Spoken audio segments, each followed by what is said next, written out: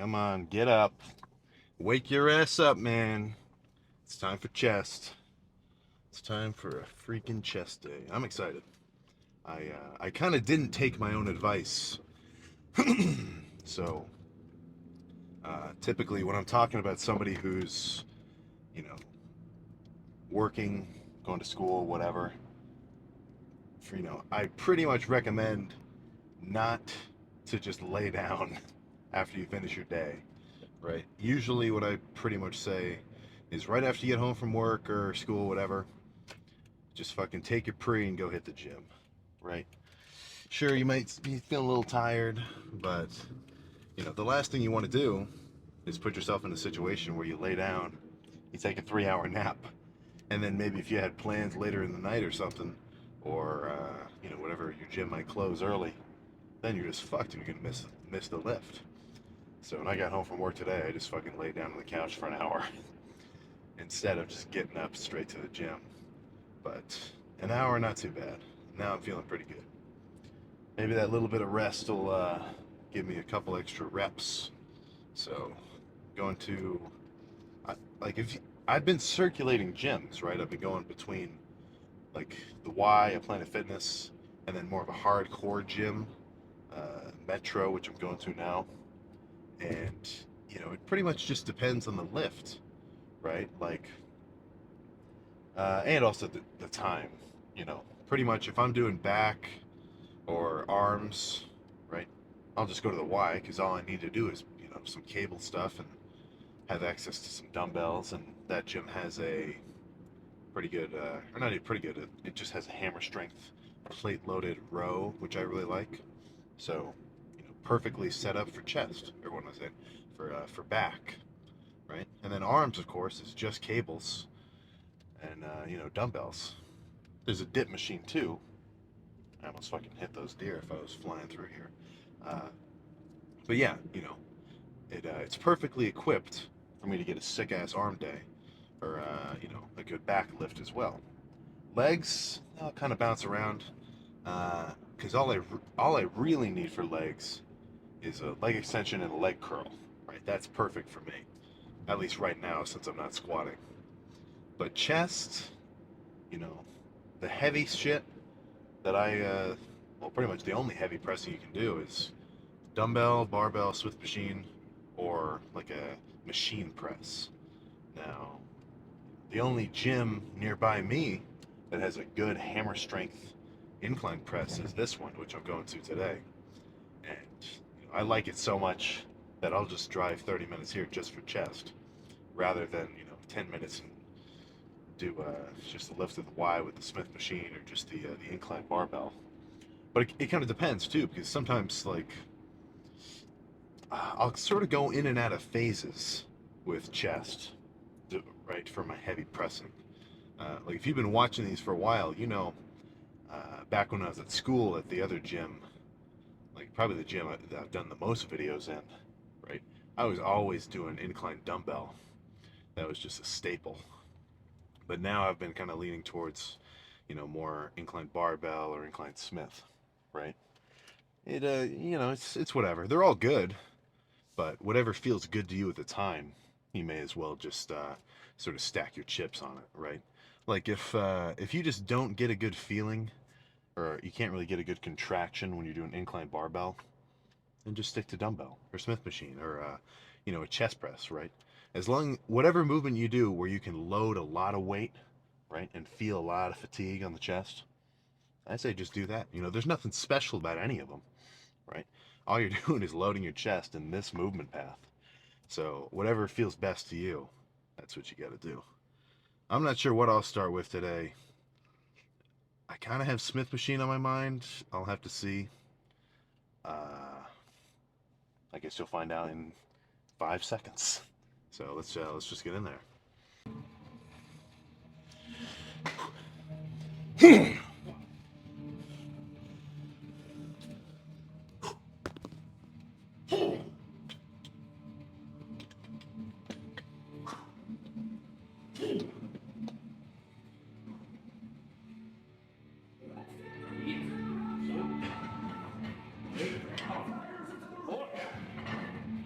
5. Come on. One more. Come on. Fight it. Lock it out. There you go. One more.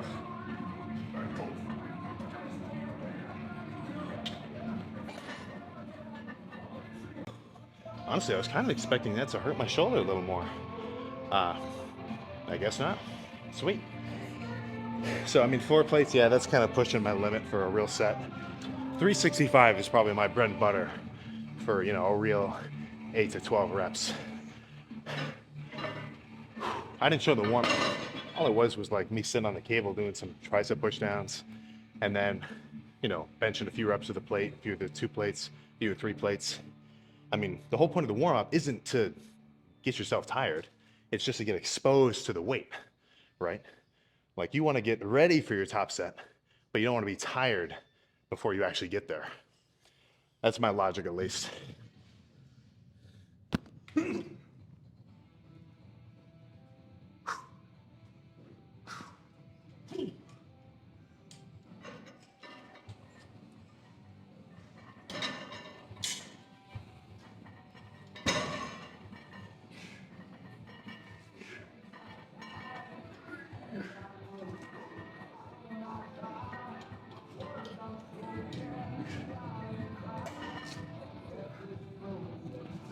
Should have got a spot. I could have done one more.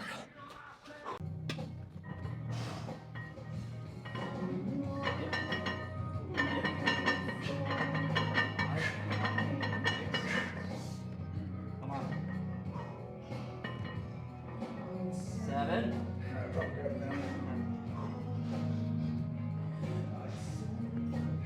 8.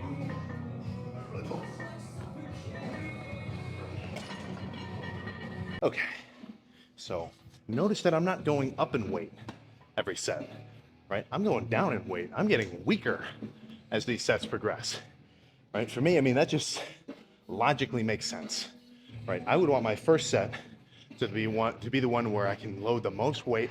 I'm the freshest, you know, and I can just rep out as much weight as possible, right? And after that, why would it make sense that you would get stronger? Why would you want to do more weight throughout your workout? I don't see the appeal, right? If I were to do a set of 3 plates for 20, well, that might be a little generous. Whatever, let's say 3 plates for however many reps, and then 365, and then 405. I might not even be able to get 405 for 2, right? Like, I want to get broken down over the workout. I don't want to ease into it, hit the peak weight, and then ease down, because that peak weight is going to be less than if I were to start off super strong at the beginning. That's just my mentality, and it seems to work reasonably well. So let's throw this around and try not to fail a rep.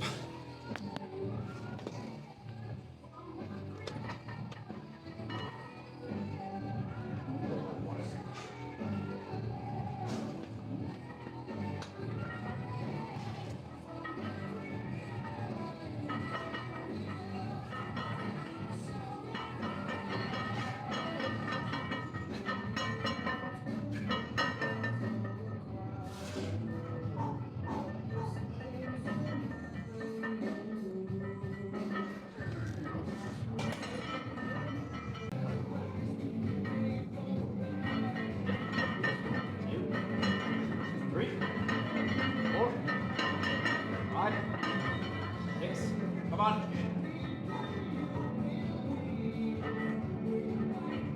7.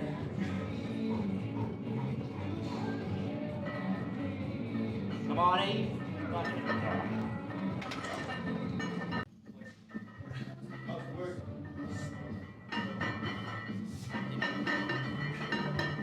Four. 5. 6. Come on, 6. There we go.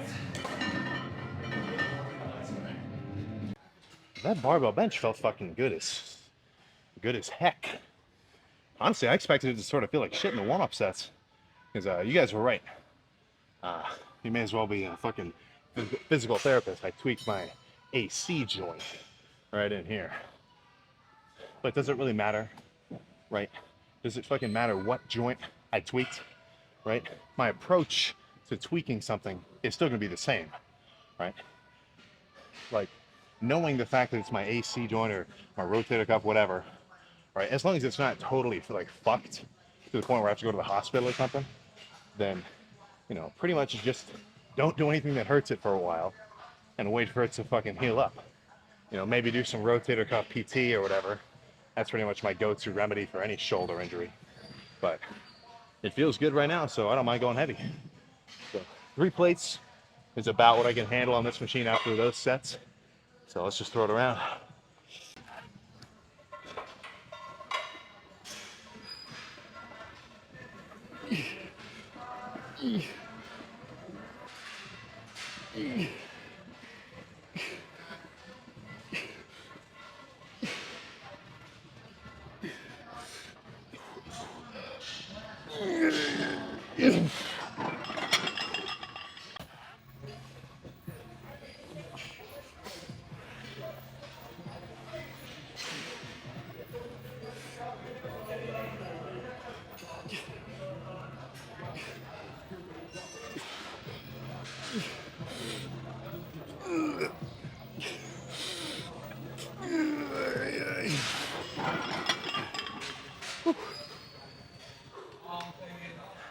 I love the squeeze on this machine.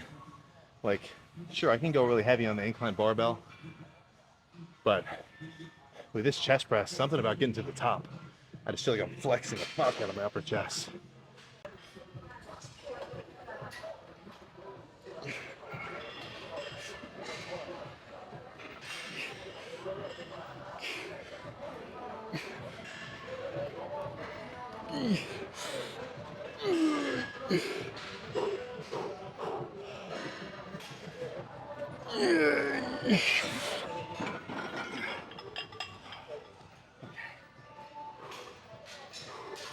One more.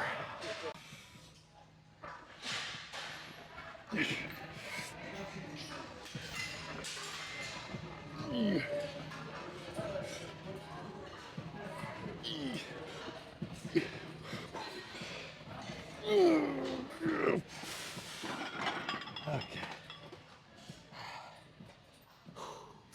All right, last set.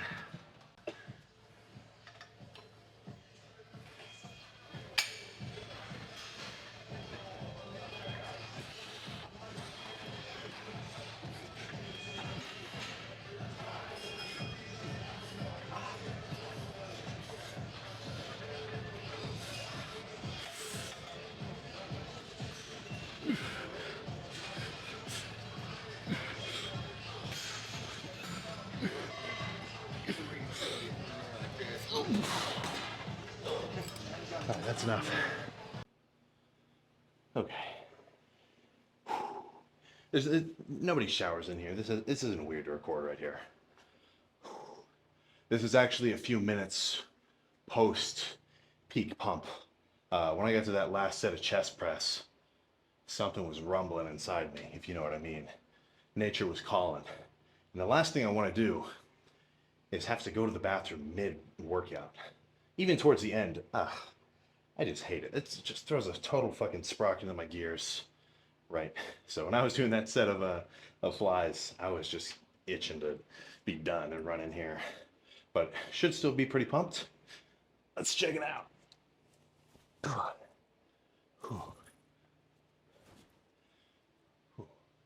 Oh yeah. Highly pumped. Freaky even. Yeah.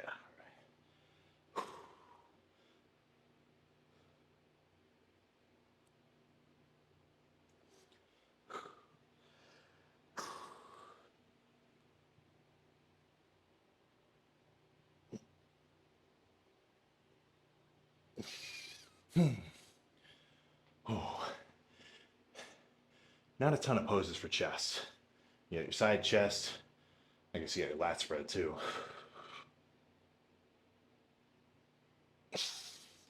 Dude, my chest is pumping fucking over. It overpowers my lats. At least in the front lat spread. Oh, is it good old fashioned most muscular? Yeah. I always feel silly doing a most muscular. Right? Like, There's some dignity in a side chest, or even a little funky one like this. But the most muscular, I don't know, it just always felt kind of silly to me. So yeah, I mean, very basic lift. Honestly, I would probably still be just as pumped now if I only did, Jesus, if I only did incline barbell and then that incline hammer strength press, right? The flies were just a little something extra to get a real good stretch and kind of just, put some sprinkles on top of the pump, add some finishing touches. I've said this before, but chest day is always kind of nice because when you're done, especially if you do some fly-based movements too, right? When you're doing a fly, you got tension on your arms, like the weight is pushing upward here, so your biceps get activated. So by the time you check your pump, right, your chest is going crazy, and your biceps are going a little crazy too. Love it. So I'm gonna go sit on the calf machine for a few minutes. Do my get a little calf pump because they're not sore, which is an indicator that you should do a little bit of calves at the end of your lift. At least, in my opinion. And then we can get in the car, slam the dextro shake. So, I'll see you in there. All right, so yeah, people were fucking benching in my usual pose down spot, and I don't want to really. If I were to pop the shirt off right there, I'd probably be invading their personal space. I've got a little bit of respect for my fellow gym goer, just a little. But yeah, man, really nothing else to say. Chest was sweet today. Like pressing felt pretty good. Those flies at the end, good stretch, decent squeeze. Honestly, probably the best squeeze was those fucking hammer strength presses. That felt really good. It's a little hard to keep my front delt from activating though when I do those. Like when I do incline barbell or incline dumbbell, it's no problem. I don't really feel the front delt too much. But those incline hammer strength press those sets, I always get a little bit of activation up here. Which is why for one thing, I don't really train delts much at all now. But especially why I don't train front delts. Because if you're doing a lot of incline pressing for chest, which you should, because a big upper chest is what's going to give you a much more kind of full look, right? Everybody's lower chest is overdeveloped for the most part, as far as I can tell. Right? You're gonna, whatever. I talk about that enough. But yeah, if your front delts are gonna get some activation just from doing any pressing movement, but especially incline. Right. So typically, everybody's front delts are going to be overdeveloped. And I'd say, in terms of your whole shoulder, everybody neglects rear delts the most, right? When, in reality, they're probably the most important ones to hit, right? Because having big rear delts, that's what's actually going to give you a big shoulder from the front and from the back, right? Like when you do a lat spread, having big ass rear delts is going to make your shoulders kind of pop out more and give them that capped look, right? And then from the side, like when you're doing a side chest or even just standing from the side, right? Everybody's got a big ass lump up here from their front delt. Maybe their side delt's pretty good too, but they're fucking flat back here. It's probably going to help your posture too. Because if your front delts are overdeveloped and extra, muscular and extra muscular and tight, then it's going to hunch your shoulders forward. Nobody wants to walk around walking like this, right? So having big rear delts too is kind of going to balance you out, right? So if you're just doing 4 sets of rear delts at the end of your shoulder day, or at the end of when you're hitting shoulders, whenever you're doing your split, uh, as softly as I can put this, you're a fool. You are a fool. You got to add some more volume. At least do as many sets for rear delts as you do for side delts, right? Everybody loves spamming lateral raises. Fucking, that's the go-to lift when people think of big shoulders. That and overhead press. Right? But rear delts, neglected muscle group. Probably only second to hamstrings. Right? As far as I can tell, hamstrings get neglected pretty seriously as well. Somebody should call muscle protective services the way you guys be neglecting your hamstrings and your rear delts.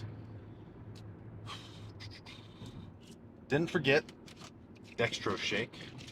Let's try to drink this before I get on the highway and fucking flip the Camry. So I get comments about this all the time. I'm not driving a fucking European car, right? When I'm in the car, I record with the front-facing camera and it mirrors it. Holy fuck. And at this point, I think it'd be weird to flip it now. It would kind of just be a jolt to your perception of the video. But yeah, dextro shake. Fucking don't let me forget. Give it a real good mix. Oh, red light, perfect.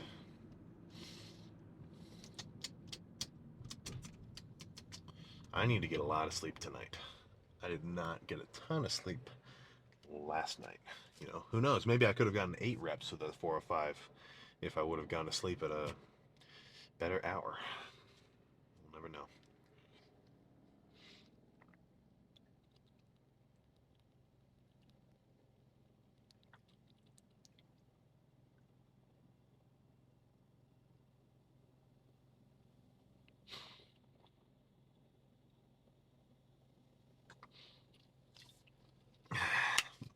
God, it's so fucking sweet. Ugh. So I keep seeing comments telling me, add something sour to the dextro shake. It'll counteract the sweetness of it.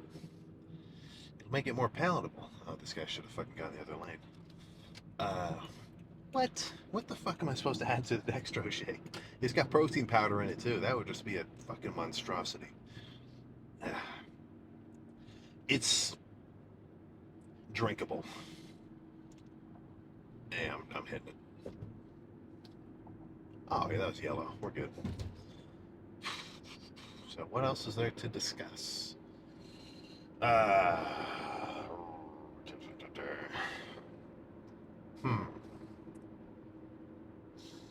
How often do you ask somebody to work in? Right? How often do you ask somebody, hey man, how many sets do you have left?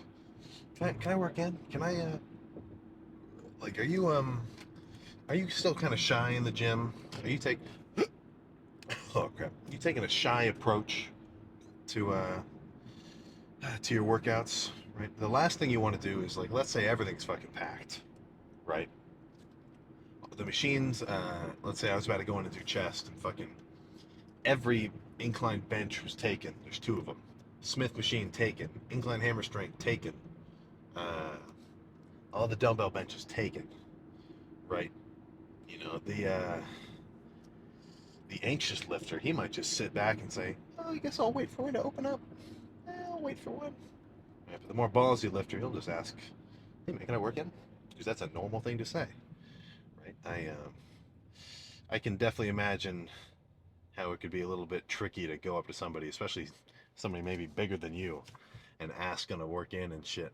Uh, I would say for the most part, they don't care. They're not going to look at you and be like, "What are you, below 200 pounds? Get away from me." Right? That kind of shit does not happen. Uh, this idea is more so targeted towards the beginner lifter, or maybe the lifter who hasn't even started lifting. He's just kind of getting interested in it. I wonder how many of my viewers fit that demographic.